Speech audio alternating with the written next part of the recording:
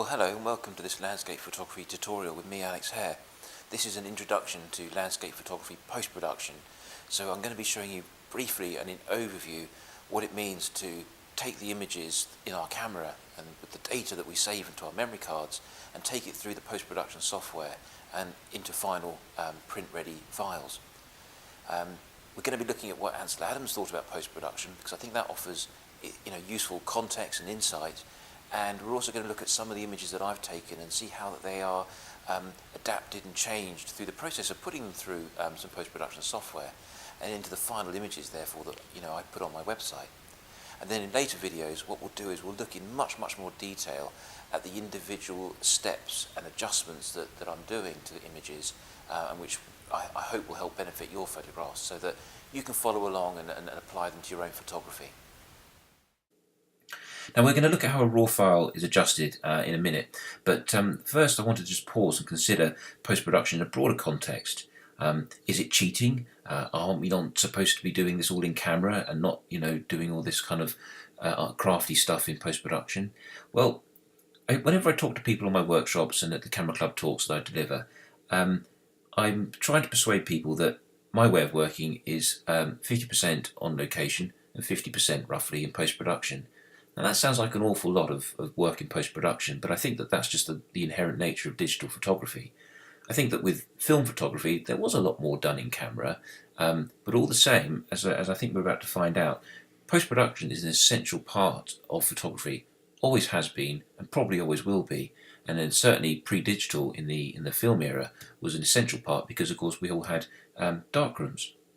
And rather than try and rely on my own experience, what I do is I quote in the talks that I do from Ansel Adams' book, and the book that I quote from is his book Examples, The Making of 40 Photographs, page 105. And in here he's talking about his beautiful photograph called Clearing Winter Storm, taken in Yosemite National Park, 1940. And what Ansel said about post-production in relation to this photograph, but generally in relation to all his photographs, was this. He said, "A certain amount of dodging and burning was required to achieve the tonal balance demanded by my visualization. I never retouch a negative in the conventional meaning of the word, but I resort, as do all photographers I know, to dodging, burning, print developer controls, and spotting. As I've described in Book 3, The Print, a negative, properly exposed and developed in relation to the subject luminance scale, which is the brightness values, contains essential information for printing, just like our RAW files and our histograms. I think of the negative," he said, "as the score, and the print as a performance of that score, which conveys the emotional and the aesthetic ideas of the photographer at the time of making the exposure. The print will usually require logical controls locally, since there is no such thing as the ideal or perfect negative." So what he's saying there is that there might be little parts of the image, like a rock or a tree, for example, which we specifically want to make an adjustment to, but not everything else. And that's what Ansel was doing in his darkroom, and we do it now through layers and masks and various other techniques to target specific areas. But in essence, I think the broader point that Ansel was making, and which I'd like to reiterate, is that he's treating his negative as a conveying phase, that is a halfway house.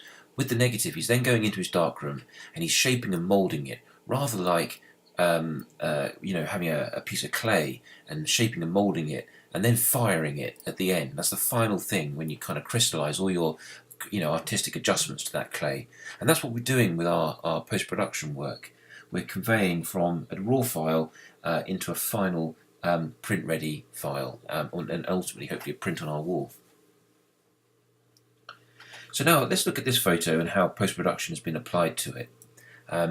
What we see here is what I've managed to take as a RAW file, and everything looks a little bit underexposed, a little bit muted and dark, and a little bit flat and boring. But I can assure you the light coming in was spectacular. There was a gap in the clouds, and it was sending in some beautiful warm light onto this landscape. And the mist was all bright and vibrant, and the trees were all lovely and orange. Now we're not going to worry too much at this stage about the detail of what these adjustments are, but what I want to do in this video is just show you how these adjustments build up to creating a final print. So the first adjustment is this one, to create some contrast. There it is without, and you can see if I click on the little box here, the eye comes on, and that shows that we're showing the effect of this adjustment in here. And the next one is to add some saturation. And again, I think you can see a nice little kick from being a little bit muted to being a little bit more vibrant. The next one is to add some contrast. Now, there's quite a big jump there, and at first it might look too much, but having reflected on the image, it's about right. What's nice is that we start to see a nice pop in the photograph. The next thing to do is add some diffusion to the highlights. Again, this gives the photograph a nice lift. It's not something that the raw file is capable of showing us instantly, but when I used to get my Fuji Velvia pictures back, they had this nice diffused highlight look to them. And then a bit of vibrance. Again, now we've got some real life in those colours. However, there's a bit of an orange, bit of a green tint overall to the photograph, and I've used something called luminosity masks to target those greens and remove them, and that's what this final adjustment layer here does. You can see the shift towards magenta. There it is without, and there it is with a slightly less green tint to it. And now I think that picture is pretty much done. That is conveyed from a raw file to a final expressive print, to quote Ansel, and I'm quite happy with it. So what we'll do in the rest of the videos that I'm going to make is start to look at more of the detail of post-production, all the while I think being confident that post-production is something that we are able to, should be able to embrace and should be able to enjoy doing. The whole point of it is that we get the pictures that we enjoyed seeing at the time out of our cameras and don't get frustrated with our photography. So hopefully you can see how this raw file is conveyed into a final print, and hopefully we can see that it's print ready in the same way that Ansel Adams wanted to see his negatives conveyed. I am convinced that if Ansel was alive today, he would be a digital photographer, and he would have embraced post-production and Photoshop in his working practices based on what he wrote about his own photography when he was using an analog camera. Right, well, I'll see you next time, and we'll look at some more stuff, some more post-production stuff then.